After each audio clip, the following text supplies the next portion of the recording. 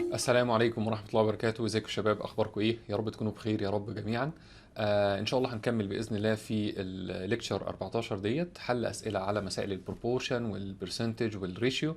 عشان نبقى غطينا الجزء ده بشكل كبير جدا وتمكنا فيه كويس قبل ما ندخل على اي توبيك جديد، تبقى انت ان شاء الله ايه هضمت الجزئيه دي تمام. زي ما قلت لكم واتفقنا قبل كده ان انا بسيب لك المسائل موجوده في الديسكربشن بوكس، تدخل على لينك تنزل المسائل بالحل بتاعها. بس الحل هو الحل اللي موجود في الكتاب. بيديك بس الفاينل ريزلت. انا بكتب لك الحل تفصيلي واحنا شغالين مع بعض عشان تتابع معايا الشرح وكده. في مسائل تانية انا مش بحلها، انا باخد selected examples لان طبعا الوقت ما يسمحش ان اخد كل المسائل. فانت الحاجات اللي مش بحلها انا، انت تدرب نفسك عليها وحلها، هتلاقي الافكار سيميلر. تقريبا الحاجات اللي انا بسيبها بتبقى اوريدي احنا غطينا فكرتها في مسألة تانية. فبتكمل انت وان شاء الله ايه لو وقفت معاك اي حاجة اكتب لي بس في الكومنتات وانا ان شاء الله برد عليك باذن الله. يلا بينا نبدأ على خير. انا الدكتور ايهاب زيات واهلا بيكم على قناة ذا فارماسي. طيب قبل ما نبدأ إن شاء الله مع بعض ندخل في الموضوع بتاع الشرح. احنا متعودين بقالنا وقت طويل تقريبا من الفيديو اللي فات بس يعني إن احنا ناخد كوت في بداية المحاضرة، حاجة كده تعمل ريفرشمنت وتخلينا إن احنا نكتسب شوية معاني حلوة نتفق عليها كده. الحاجات دي مهمة جدا ان احنا نعرفها، وقلنا ان الحاجة دي من باب الايه الكوميونيكيشن سكيلز والسوفت سكيلز والحاجات اللي احنا محتاجينها في حياتنا العملية، وهي مهمة زي ما مهم الجزء التكنيكال اللي انت تتعلمه. مهم تتعلم بعض الكونسبت والحاجات اللي هي تساعدك في حياتك انك ايه تعيش بشكل متزن وتعيش بشكل ايه مظبوط يعني. طيب الكود بتاعنا النهارده بيقول ايه؟ learn to appreciate what you have before time makes you appreciate what you had. اتعلم ان انت تشكر النعم اللي حواليك دلوقتي قبل ما الوقت يمر وتلاقي نفسك ان انت بتتندم على النعم اللي انت فقدتها. فالانسان مطالب ان هو دايما يابريشيت وات يو هاف، النعم اللي ربنا اداها لك، النعم اللي انت بتستمتع بيها في حياتك. النعم دي قد تكون بالنسبة لك انت مش شايفها او مش حاسس بقيمتها عشان انت ألفتها او تعودت عليها، بس غيرك بيبص لك على ان النعم دي نتمنى ان يكون في نعمة مثلا من ايه من النعم اللي انت تملكها. النعم مش كلها فلوس، مش كلها مناصب، مش كلها الكلام ده. ممكن يبقى النعمة صحة ربنا اداها لك، ممكن يكون النعمة اولاد برين بيك، ممكن يكون النعمة زوجة مخلصة، ممكن يكون النعمة اب حنون او سند ليك، ممكن يكون اخ واقف جنبك، ممكن يكون صديق مخلص، ممكن يكون اي حاجة من النعم اللي حواليك بس انت اتعودت عليها. فانت مش شايف النعم دي قدامك، بس تحس بقيمتها امتى؟ اذا فقدتها.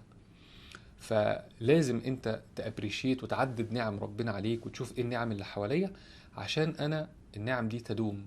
النعم بتدوم بحاجتين: ان انا اشكر ربنا سبحانه وتعالى عليها، وان انا ارعى النعمة ديت. النعمة تدوم بالرعاية، لكن حتة ان انا ما اشكرش النعمة او مش شايفها اصلا وبالتالي مش برعاها، فالنعم كده ممكن لا تدوم. فالانسان دائما اللي ما بيشوفش النعم اللي حواليه بيحس ان في حاجة ناقصاه، ودايما بيسعى ان هو ايه يعوض النقص ده باي شكل من الاشكال. فتلاقيه بيجري في الحياة عشان ايه؟ حاسس ان في حاجة ناقصاه لازم يعوضها، ولما ياخد الحاجة ديت بيحس برضه بالنقص لان هو خدها وخلاص ركنها في الايه في سجل النعم اللي هو مش شايفها دلوقتي، هو بيشوف حاجة تانية. فطبعا ده مش طموح. في فرق بين الطمع والطموح. الانسان الطموح بيطمح انه يحسن من وضعه، بس هو سعيد باللي هو فيه دلوقتي، هو مبسوط باللي ربنا انعم بيه عليه وبيشكر ربنا جدا على النعم دي وبيرعاها وبيطمح للمزيد من فضل الله سبحانه وتعالى. لكن الانسان الطماع اللي هو عنده عدم ابريشيشن او عدم شكر للنعم، فبيسعى لحاجة تانية ناقصاه، واول ما يوصل لها يحس برضو ان في حاجة ناقصاه، فبيدخل في اند سلوب نيجاتيف ما بتحققش له السعادة والرضا والطمأنينة. بعكس الانسان اللي بيشكر ربنا على النعم وبيرعاها، ده بيدخل في ايه في دايرة الشكر. ولئن شكرتم لأزيدنكم، ربنا ينعم عليه اكتر فيشكر ربنا اكتر ويمتن لله سبحانه وتعالى على النعم دي اكتر، فربنا ينعم عليه زيادة. وهكذا يدخل في اند الاسلوب ايجابيه بقى، ان هي دايما تحقق له الرضا والسعاده والطمانينه ومبسوط بالنعم اللي ربنا عز وجل انعم بها عليه. فخلاصه المعنى اللي احنا محتاجينه ان احنا ايه نشكر نعم ربنا سبحانه وتعالى علينا. appreciate what you have before time makes you appreciate what you had. النعم إذا زالت ربما لا تكون، فالإنسان يحافظ عليها بالشكر والرعاية، وربنا عز وجل يرزقنا جميعا شكر النعم. طيب نبدأ بقى إن شاء الله في الدرس بتاع النهاردة إن شاء الله، أو المحاضرة بتاعت النهاردة. طيب أول مسألة معانا مسألة رقم 35 في الشابتر بتاع الريشيو والبروبورشنز والبرسنتج. بيقول each gram of لوتريزون لوشن contain 10 ملغ of clotrimazole and 0.643 ملغ of betamethasone dipropionate. Calculate the percent concentration of each of the two ingredient في اللوشن. طبعا دي مسألة مباشرة جدا، فأنا هقول بمنتهى البساطة إن أنا عندي 10 ملغ موجودين لكل إيه؟ لكل 1 جرام، لكل 1 جرام زي ما هو كاتب لي هنا في الأول. فأنا اللي هعمله إيه؟ طيب أنا عايز أحسب البرسنت. البرسنت إحنا قلنا إيه؟ البرسنت weight بير فوليوم، معناها كام جرام لكل مثلا 100 ملي. خلاص. طب هنا عايز ايه؟ هنا عايز percent weight per weight، هي كلها تقريبا each جرام contain كذا ملي جرام، يبقى هو شغال weight per weight، يبقى معناها انا بدور على x جرام في كل 100 جرام. طيب simply اللي انا هعمله ايه؟ انا هقول دلوقتي ان انا عندي ال 10 ملي جرام دول عباره عن 0.01 جرام، لازم احولها لجرام. احنا قلنا الوحده بتاعتنا جرام في جرام. طيب يبقى 0.01 جرام موجودين في كل 1 جرام. طب لو كل 100 جرام هيبقى عندي قد ايه؟ اكس جرام. يبقى الاكس هنا هتطلع بكام؟ بعد الكالكوليشن تطلع 1%. 1% او 1 جرام في كل 100 جرام، اللي هي اقدر بقى ايه، طالما انا بجيب في المية يبقى انا هقول ايه؟ 1% weight per weight، يعني 1% جرام في كل، او 1 جرام في كل 100 جرام. تمام. نفس الكلام انا لو طبقته على ال 0.643 ملي جرام موجودين في 1 جرام، لو انا عملت الكالكوليشن بالشكل دوت ان انا احول دي الاول لجرام وبعدين ابحث او احسب كميه في ال 100 جرام، فاللي هيطلع لي ان بتساوي الاكس equal 0.0643% weight per weight. يبقى مسألة طبعا دي مباشرة ما فيهاش أي مشكلة خالص. المسألة اللي بعديها بيقول لي hemorrhoidal ointment contains on a weight in weight basis، يعني جرام بر جرام، 46.6% mineral oil، 1% paramoxine HCl، و 12.5% zinc oxide in an ointment base. Calculate the gram of each ingredient including the ointment base في 30 جرام تيوب. يبقى هو 30 جرام تيوب ده التوتال بتاع البريبريشن بتاعتي، وهو عايز يحسب كل واحدة بالجرام بتساوي ايه. فلو احنا جينا هنا بمنتهى البساطة انا عندي 46.6% mineral oil، دي معناها ايه؟ معناها ان انا عندي 46.6 جرام لكل ايه؟ 100 جرام. احنا عرفنا ان احنا بنفك البرسنت في المية. طيب تمام. يبقى انا عندي كام جرام في ال 30؟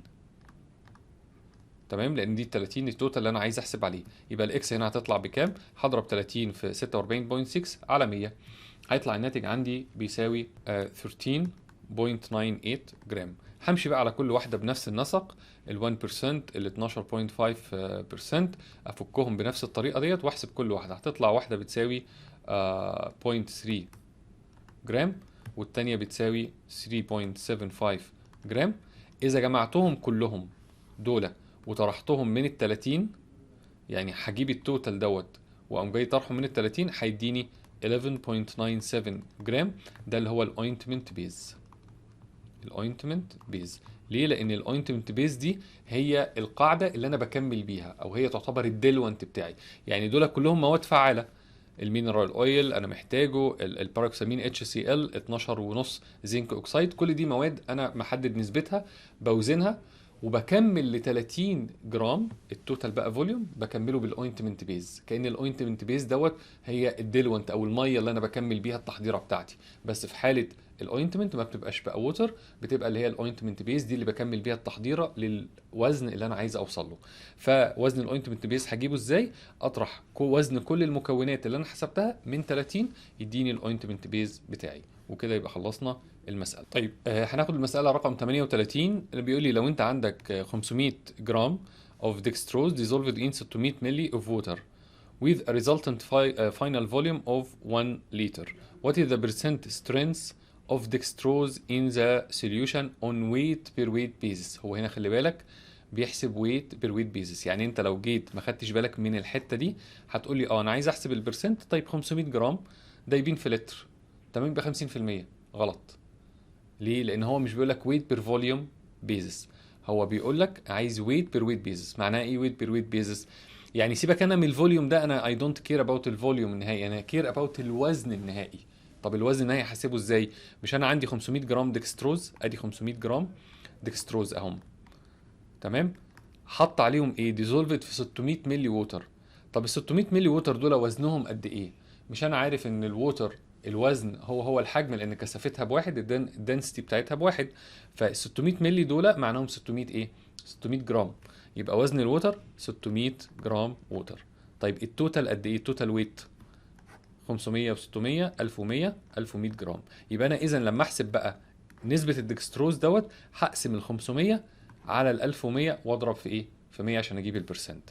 يبقى اذا البرسنت بتاع الدكستروز 500 على 1100 اضرب في 100 يديني 45.45% weight بير weight.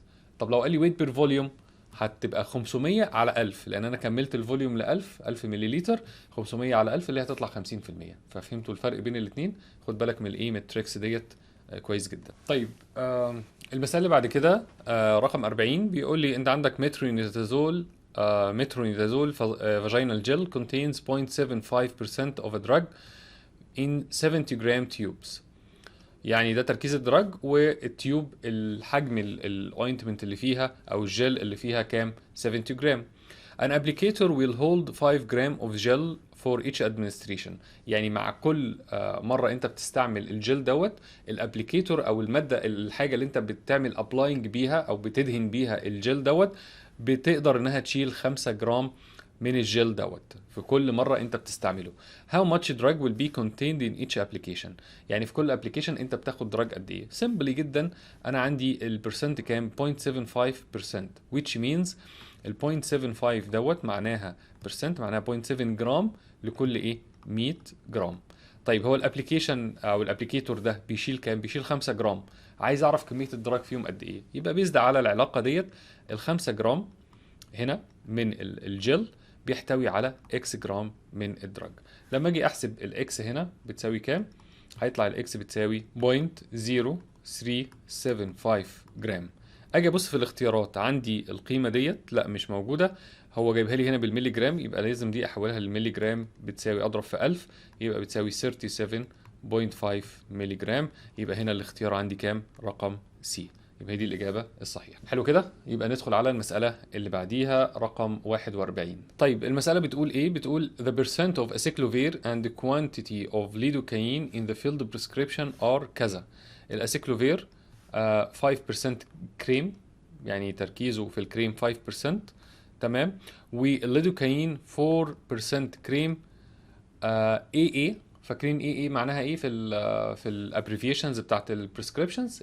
of each، يعني من كل واحد 15 جرام، من كل واحد خد كام؟ 15 جرام. يبقى انا هحط اسيكلوفير زوفيراكس هخلطه تركيزه 5% كريم، وليدوكاين كريم تركيزه 4%، هاخد من كل واحد منهم كام؟ 15 جرام. اصبح التوتال عندي كام؟ 30 جرام. هو عايز ايه بقى؟ عايز يعرف البرسنت اوف اسيكلوفير والكوانتيتي اوف ليدوكاين ان ذا فيلد بريسكريبشن، هيطلعوا كام؟ البرسنت بتاعت الاسيكلوفير والكوانتيتي بتاعت الليدوكاين. واحد عايز له برسنت، واحد عايز له كوانتيتي. طب خلينا نبص كده. انا دلوقتي عندي الاسيكلوفير دوت 5% كريم، حلو، هاخد منه كام؟ 15 جرام. فانا عايز اعرف ال 15 جرام دول فيهم قد ايه. طيب ما هو 5% كريم، يعني معناها ان الاسيكلوفير اول واحد اهو هو 5%، فكها على طول، معناها 5 جرام لكل ايه؟ 100 جرام. طب انا خدت 15 جرام، يعني ال 15 جرام دول فيهم قد ايه من الاسيكلوفير؟ هعمل 15 في 5 على 100 هتطلع كامل اكس بتساوي 0.75 جرام. يبقى دي كمية الايه؟ كمية الاسيكلوفير اللي انا خدتها. هيبقى الاسيكلوفير ده موجود في توتال ويت قد ايه؟ 30 جرام، لان انا خدت 15 من الاسيكلوفير على 15 من ليدوكاين، تمام، اصبح التوتال كام؟ الليدوكاين ماده مختلفه، فبالنسبه لي دي تعتبر ايه ديلوانت، او تعتبر ماده مخففه. ال 0.75 جرام بقوا موجودين في قد ايه في توتال؟ في توتال 30 جرام.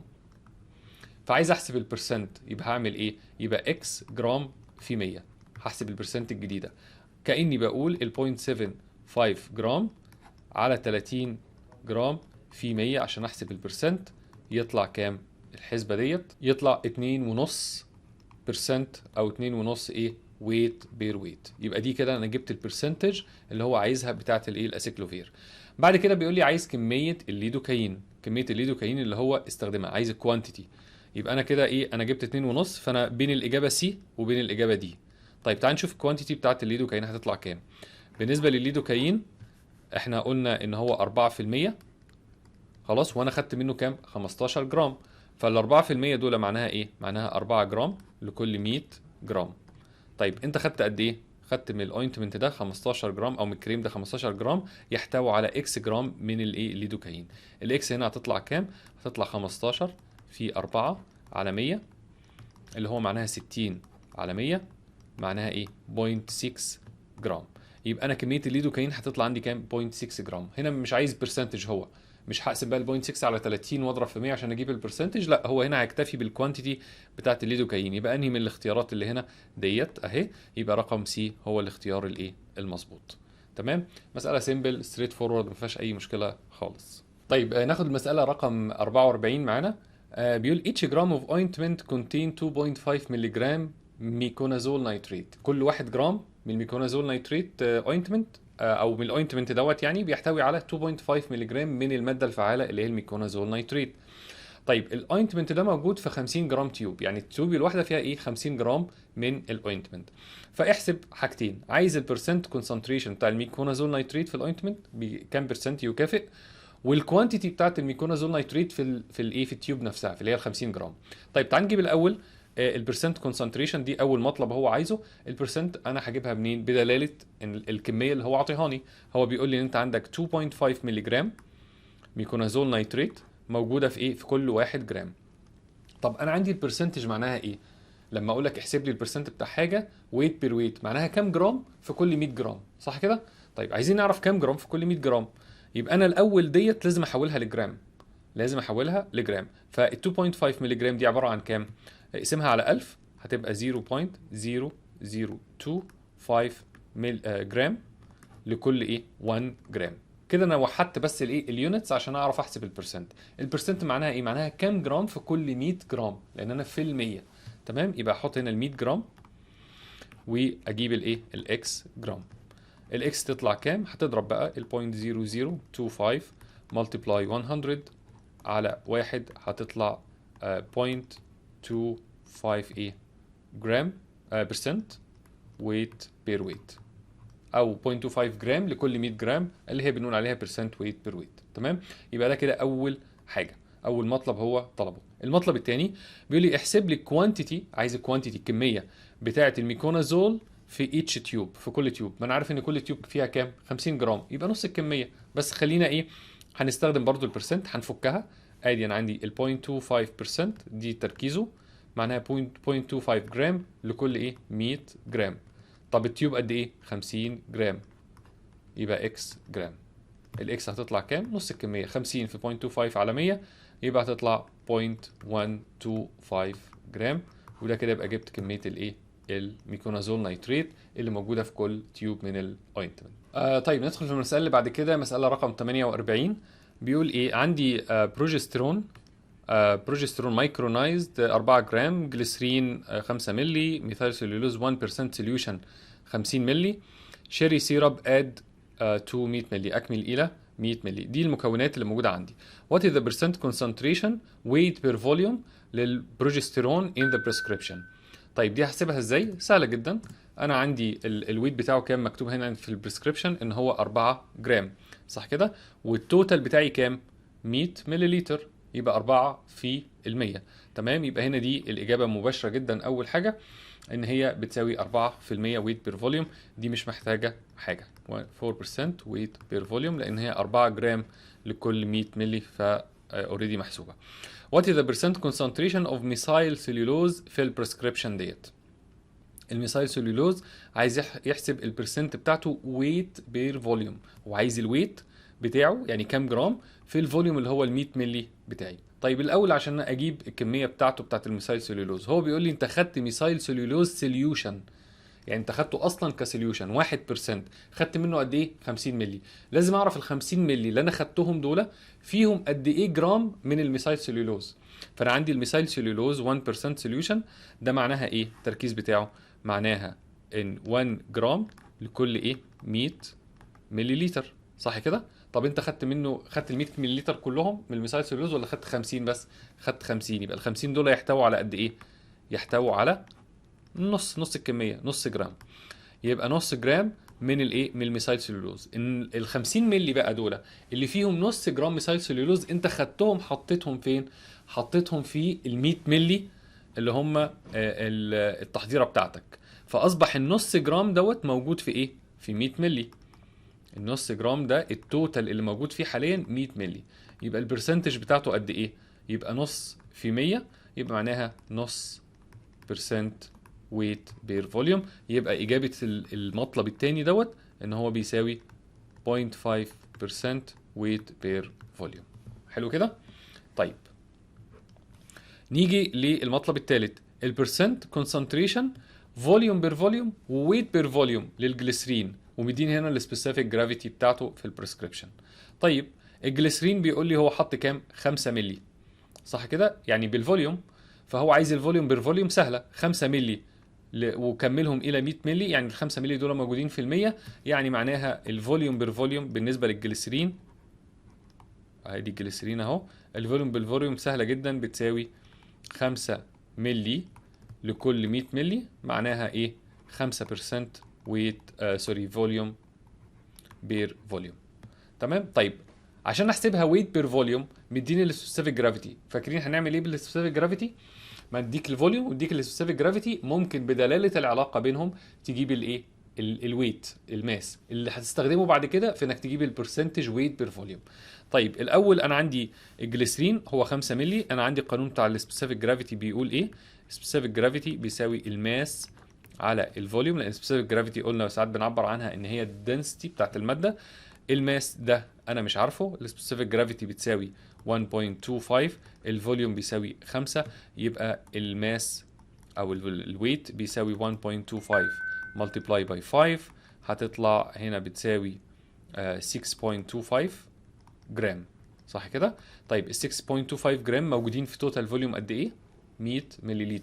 يبقى عشان احسب البرسنت يبقى 6.25 دول جرام، طالما هم موجودين اوريدي في 100 مللي خلاص يبقى هو ده البرسنتج بتاعتي، يبقى بتساوي 6.25% ويت بير فوليوم. يبقى شفتوا الجليسرين لو انا عبرت عنه فوليوم بير فوليوم هيطلع 5%، لو عبرت عنه ويت بير فوليوم هيطلع 6.25 او 6.25%. يبقى اذا مهم جدا تعرف هو بيسأل عن ايه، والوحدات مهمة جدا تفرق في الحل وتفرق في النتيجة الايه النهائية. طيب المسألة رقم 49 بيقول لي هنا ايه؟ بيقول لي electric acid, salicylic acid, trichloroacetic acid, flexible colloidin, quantity sufficient add كذا. دي عبارة عن ايه؟ تركيبة لإزالة الايه الوارت ريموفر، او اللي هو ايه الكالو. تمام. طيب او بيسموه عين السمكة او واتس ايفر يعني. اللاكتيك اسيد دوت كميته 4 جرام، الساليسيليك اسيد 5 جرام، الترايكلورو اسيتيك اسيد 2 جرام، الفليكسبل كولويدال كولوديون كوانتيتي سفيشنت اد 100 جرام. هو بيقول لك ده يعتبر ايه؟ الديلوانت بتاعي او السولفنت اللي انا بكمل بيه لغايه 100 جرام. حلو جدا. وارت ريموفر يوز از دايركتد، استخدم كما ايه؟ كما هو موصوف لك. اول مطلب بيقول لي الفليكسبل كولوديون contains 20% weight per weight camphor and 30% weight per weight castor oil. هو يحتوي على اللي هي الفليكسبل كولوديون دي بتحتوي على المكونات ديت. How many gram of each would be contained في 30 جرام of the mixture؟ لو انا خدت من الميكشر دوت التركيبه دي كلها 30 جرام هحتاج من ده قد ايه؟ simply انا عايز اعرف الاول كميه الفليكسبل كولوديون ده قد ايه. هعرفها ازاي؟ هنا بيقول لي ده 4 جرام وده 5 جرام وده 2 جرام، والفليكسبل كولوديون بتكمل ل 100 جرام، يبقى اذا كميه الفليكسبل كولوديون قد ايه؟ هي ال100 كلها ناقص الايه المكونات دي. انا عندي هنا 4 و5 9 و2 11، يبقى 100 ناقص 11 تطلع كام؟ 89 جرام. يبقى انا عندي اول حاجه الفليكسبل كولوديون دوت عباره عن ايه؟ 89 جرام. حلو كده، يبقى ده الكميه بتاعته. طيب تمام. طيب انا بعد ما جبت الفليكسبل كولوديون دوت ان هو 89 جرام، حلو كده، انا عايز اعرف كل مكون من دول بيمثل منه قد ايه، بيمثل منه قد ايه. فانا عندي ده الكامفور 20%، يعني معناها 20 كامفور اهو، ده عبارة عن 20%، يعني معناها 20 جرام لكل ايه 100 جرام من الايه من الفليكسبل كولوديون. طيب يبقى اكس جرام من الايه من 89. انا هدفي اعرف ان التحضيره ديت تحتوي على قد ايه من الكامفور وقد ايه من الكاستر اويل. تمام، لان ليه انا بحسب على ال 89؟ لان ال 89 دول هو مديني البرسنت هنا بتاعت الكامفور والكاستر اويل من الفليكسبل كولوديون نفسه، مش من التحضيره كلها. خد بالك دي نقطة مهمة جدا.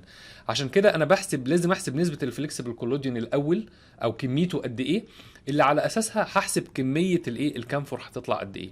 هتطلع الكامفور هنا بتساوي الكمية بتاعتها 17.8، يبقى الكامفور هنا بتساوي 17.8 جرام. تمام. وبنفس الكلام بحسب برضو اللي هي الكاستر اويل اللي هو 30% ويت بير ويت، فهفكها يعني معناها 30 جرام لكل 100 جرام من الفليكسبل كولوديون. طيب انا عندي 89 جرام فليكسبل كولوديون في التحضيره ديت، يعني هيحتوي على قد ايه كامفور اويل كاستر اويل؟ هيطلع الكاستر اويل بيساوي 26.7 جرام. تمام. طيب انت هتقولي كده دلوقتي احنا وصلنا لايه؟ وصلنا اللي احنا عايزينه؟ لا لسه ما وصلناش. ليه؟ لان انا بيقول لك ده كميه الكامفور اللي موجوده في ال 89 جرام فليكسبل كولوديون اللي هي موجوده في ال 100 جرام تحضيره. يعني ال 100 جرام الفورميليشن كلها موجود فيها 89 فليكسبل كولوديون، منهم 17.8 جرام من الايه من الكامفور، ومنهم 26.8 جرام من الكاستر اويل. امال هو بيسأل بيقول ايه؟ بيقول لي لو انت عندك التحضيره بتاعتك 30 جرام اوف ذا ميكتشر، التحضيره كلها 30 جرام مش 100، يبقى كميه كل واحده من دول هتبقى قد ايه؟ طيب سيمبلي هرجع اقول اذا كان انا عندي 17.8 جرام من الكامفور موجودين في تحضيره الميكتشر كله 100 جرام، 100 جرام ميكتشر، يبقى اذا لو انا عندي 30 جرام ميكستشر هيحتوي على اكس جرام من الكامفور اويل. وصلت؟ يبقى انا اذا ايه؟ انا بحسب الكميه دي، انا حسبتها عشان اعرف ال 17.8 جرام دول موجودين في قد ايه من الميكشر الحالي اللي عندي اللي هو ال 100 جرام. طيب لا انا عايز 30 جرام بقى من الميكستشر اللي عندي دوت هيحتوي على قد ايه بقى من الكامفور اويل، فبعمل العلاقه الثانيه دي تاني مره. الفكره كلها يا شباب انك لازم تبقى فاهم هو بيسأل فين وايه الخطوات اللي توصلني لكده. يعني هي مش ايه، مش 20% او جاي 20 مش عارف كذا واحط بقى الميكشر دوت مثلا او احط اي حاجه. لازم اعرف انا بطلع ايه عشان اوصل لايه. هي المساله بتحتاج فعلا منتال اناليسز، ان انت تعمل تحليل عقلي للخطوات عشان اوصل للحسبه الصح. الحسابات كلها ما فيهاش اي كومبليكيشن، ده من ناحيه القسمه والضرب والحاجات دي كلها سيمبل ماس. لكن الفكره كلها ايه الخطوات اللي انا همشي عليها عشان اوصل للمطلوب فعلا. فهي دي اللي تحتاج منك تفكير وترتيب، انا ازاي اوصل للحاجه اللي هو طالبها وهو طالب ايه بالظبط، واركز في المطلوب عشان ما تبقاش الحاجه ميسليدنج او ايه تخدعني يعني. طيب نيجي نكمل هنا 17.8 جرام في كل 100 يبقى اكس جرام في كل 30 من الميكتشر، هنحسبها تطلع 5.34 جرام. لو انا عملت الكلام ده بالنسبه لل 26.7 كاستر اويل، مجرد هشيل ديت واحط 26.7 جرام كاستر اويل واعمل نفس الحسبه بتاعتي، هتطلع الكاستر اويل 8.01 جرام. يبقى انا كده حسبت كميه الكاستر اويل، كميه الكامفور اللي انا طالبهم لو انا هشتغل على 30 جرام من الميكستشر مش 100 جرام. تمام كده؟ يبقى كده اول مطلوب انا جبته. اللي بعد كده بيقول لي السبيسيفيك جرافيتي بتاعت الكاستر اويل is 0.955. How many milliliters of the oil is contained in 30 جرام of the mixture؟ نفس الكلام. هو طبعا هنا بيقول لي ايه، عايز الفوليوم بقى، عايز الفوليوم بتاع كاستر اويل. طب انا من المطلوب الاولاني انا جبت الويت بتاعه اللي هو 8.01 جرام في الايه، في ال 30 جرام من الميكتشر. هو عايز بقى دول عبر لي عنهم بالملي لتر لو انا مديك السبيسيفيك جرافيتي 0.955. مش احنا عارفين ان السبيسيفيك جرافيتي لسه واخدينها المساله اللي فاتت بتساوي الماس على الفوليوم، سبيسيفيك جرافيتي 0.955، والماس اللي انا حاسبه اللي هو 8.01، هو عايز يحسب الايه، الفوليوم يطلع قد ايه. يبقى الفوليوم بتساوي ديت بقسمها على ديت، هيطلع الناتج عندي 8.39 ملي لتر. تمام، يبقى انا كده جبت المطلوب التاني. تالت حاجه، لو عندي بيقول لي if the specific gravity of the mixture is 0.781 بتاع الايه، بتاع الميكتشر كله specific gravity 0.781. What are the percent weight per volume concentrations of lactic acid, salicylic acid and trichloroacetic acid in the mixture. عايز يعرف الويت بير فوليوم برسنت لكل دول. يعني معنى كده ايه، عايز يعرف الويت بتاع كل واحده 4 جرام ديت، مش في مش 100 جرام بقى. يعني لو انا بحسب البرسنت هنا ال 4 جرام ل 100 جرام، يعني معناها 4% فوليو سوري ويت بير ويت، صح كده؟ نفس الكلام هنا 5 جرام في ال 100 جرام كلهم، يعني 5% ويت بير ويت. هو عايز يحسبها ويت بير فوليوم. طيب عشان احسبها ويت بير فوليوم لازم ال 100 جرام دول اعرف بيساووا فوليوم قد ايه. فهو ما قاليش هم بيساووا فوليوم قد ايه، بس اداني السبيسيفيك جرافيتي، يبقى هطبق نفس القانون. يبقى السبيسيفيك جرافيتي بتساوي الماس على الفوليوم، السبيسيفيك جرافيتي اللي هي 0.781 بتساوي الماس اللي عندي اللي هو ال 100 جرام دول 100 جرام، والفوليوم ده اللي انا عايز احسبه. احسب الفوليوم بتاعي يطلع 100 على 0.781 هيطلع 128 ملي لتر. يعني كاني شلت ده كده وقلت ده يكافئ 128 ملي لتر. عايز بقى احسب الايه، الويت بير فوليوم برسنتج بتاعت الحاجات دي كلها، فهقول والله دي 4 جرام على 128 ملي لتر ضرب 100، هيطلع البرسنت هنا بتساوي كام؟ بتساوي 3.125%. نفس الكلام هطبقه على الخمسة، نفس الكلام هطبقه على الاثنين، هتطلع هنا البرسنتج بتساوي 3.9%، وهيطلع هنا البرسنت بتساوي في اخر واحده 1.56%. طبعا كله ايه، ويت بير فوليوم، ويت بير فوليوم، وهنا برضو ويت بير فوليوم. تمام كده. يبقى دي مساله تريكي شويه، فيها مطلوبات احيانا مش مباشره، بس سيمبل اناليسيس كده تقدر توصل للحاجه اللي انت عايزها بمنتهى البساطه. طيب ننتقل لنوع تاني بقى من المسائل اللي هو الريشيو سترينث كالكوليشنز. انا طبعا ايه هحاول بقى اختصر، مش هاخد كل حاجه طبعا.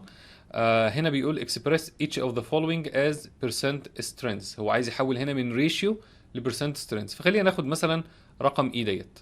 تمام، رقم اي بيقول لي ايه، 1 الى 3300 ريشيو، عايز احولها لبرسنتج سترينث. احنا قلنا لما نحول دي البرسنتج بنعمل ايه، بنعملها على صوره فراكشن، 1 على 3300 ضرب ايه 100 يطلع 0.03%. يبقى as simple as that.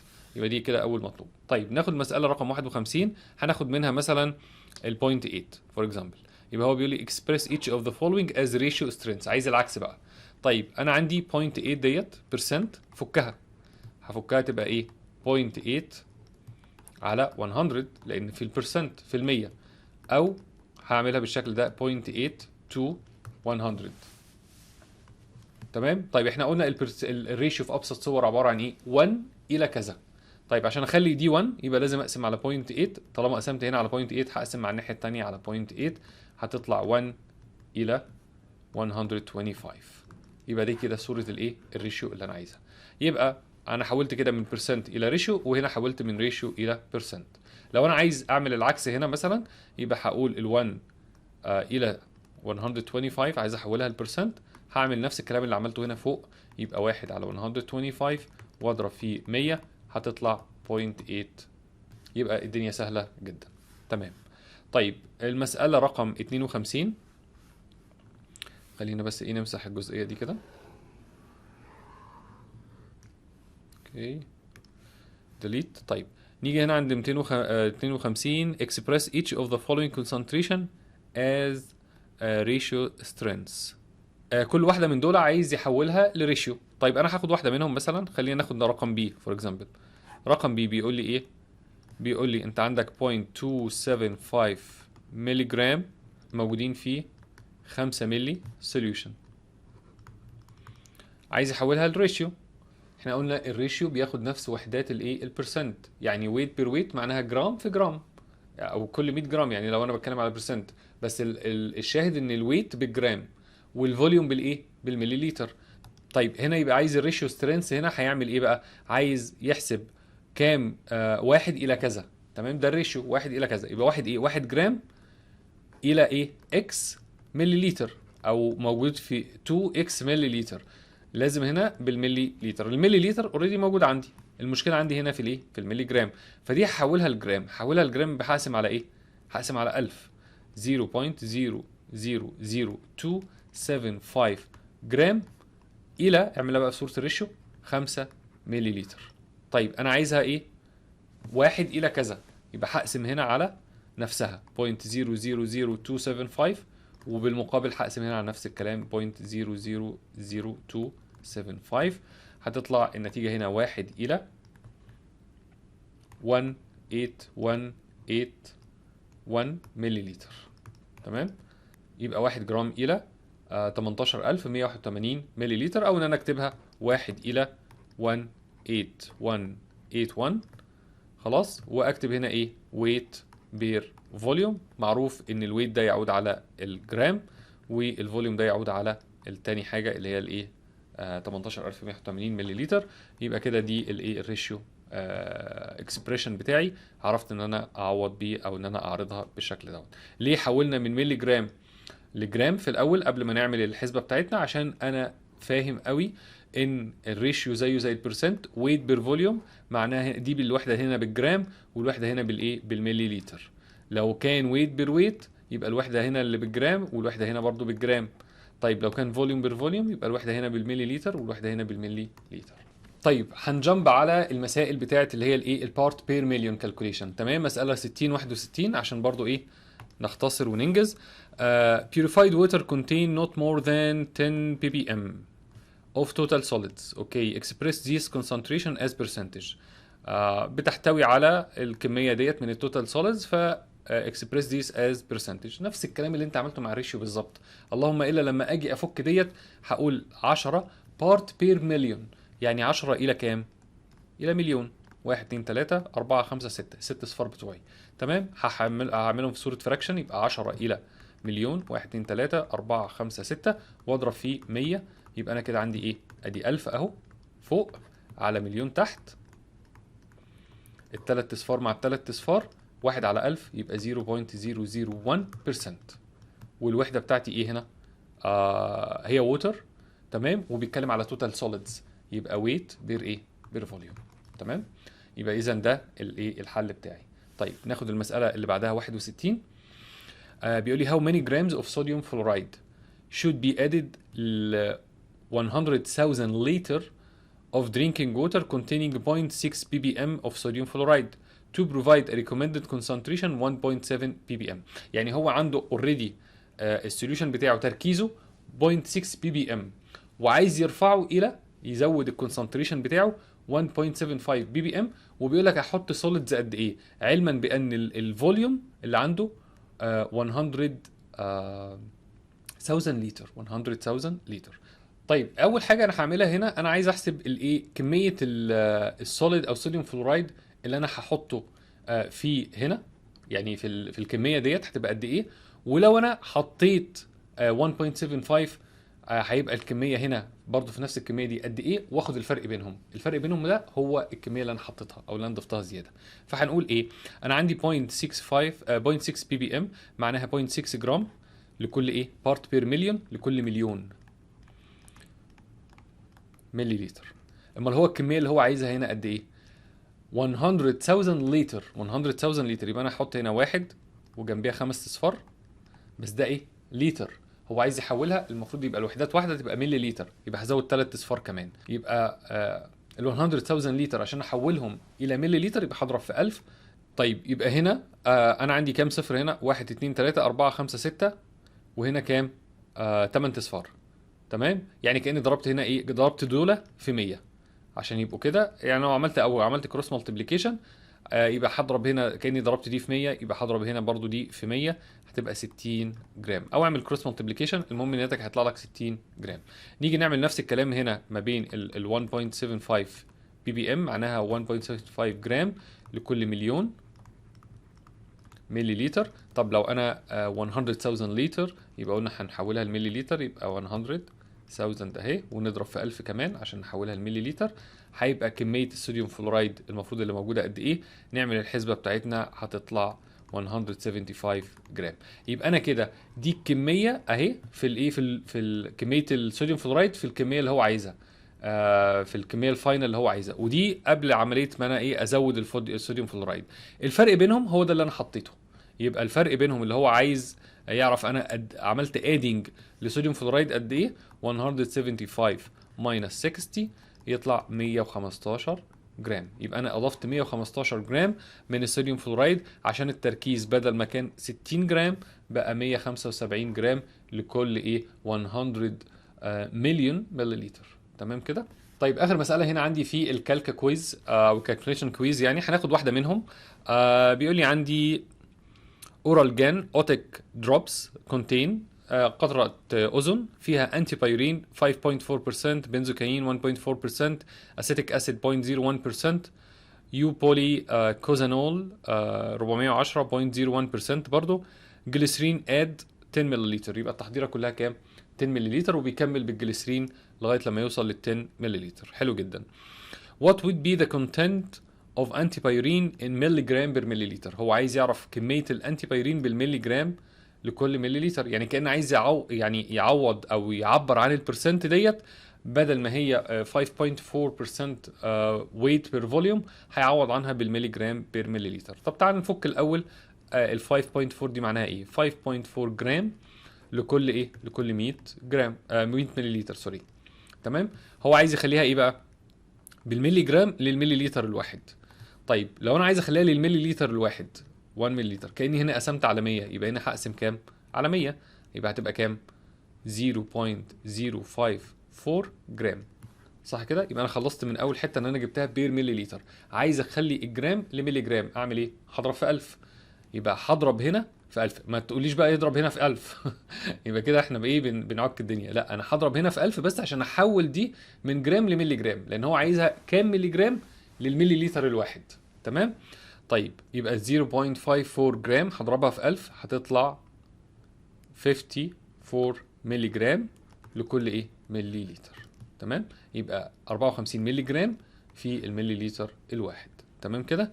يبقى دي كده الايه الحاجه اللي احنا جبناها اول مطلوب. تاني مطلوب بيقول if a patient used 5 drops of the otic solution equivalent to 0.25 مللتر. الخمسة drops دول equivalent ل 0.25 مللتر. How many milligrams of benzocaine would have been administered؟ خد يعتبر من البنزوكاين قد ايه؟ تمام. طيب البنزوكاين اصلا عبارة عن ايه؟ البرسنت بتاعته عبارة عن 1.4 جرام لكل 100 مللتر. عرفت منين؟ عرفت من البرسنت اللي هو مديهاني دي. طيب هو خد كام؟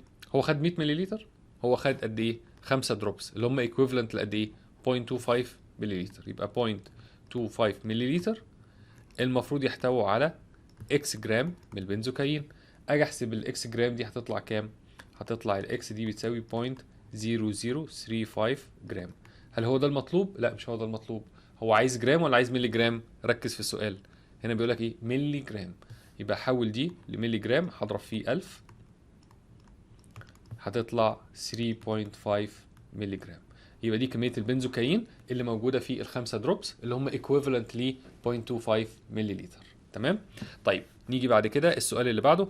how many microliters of acetic acid would be used to prepare ال 10 ملي of the drops؟ يعني انا عشان احضر ال 10 ملي دول هحتاج اسيتيك اسيد قد ايه. هو بيسال نفس الطريقه بس بشكل مختلف. لو انت خدت مش عارف 5 نقط هيبقى فيهم كميه دراج قد ايه؟ طب لو انا هحضر ال 10 ملي دول هيبقى فيهم كميه دراج قد ايه؟ كل واحد بالبرسنت بتاعته بفكها وبجيب في الفاينل فوليوم اللي هو عايزه، سواء الفاينل فوليوم ده اللي هو التحضيره نفسها ال 10 مللي، او الفاينل فوليوم ده اللي هو كميه الدروبس اللي انت هتحطها، او واتس ايفر. يعني هي في النهايه الكونسبت ايه؟ واحد. طيب تعالوا نشوف هنا المايكرو لترز اوف اسيتيك اسيد. الاسيتيك اسيد تركيزه كام؟ تركيزه 0.01. 0.01 معناها ايه برسنت؟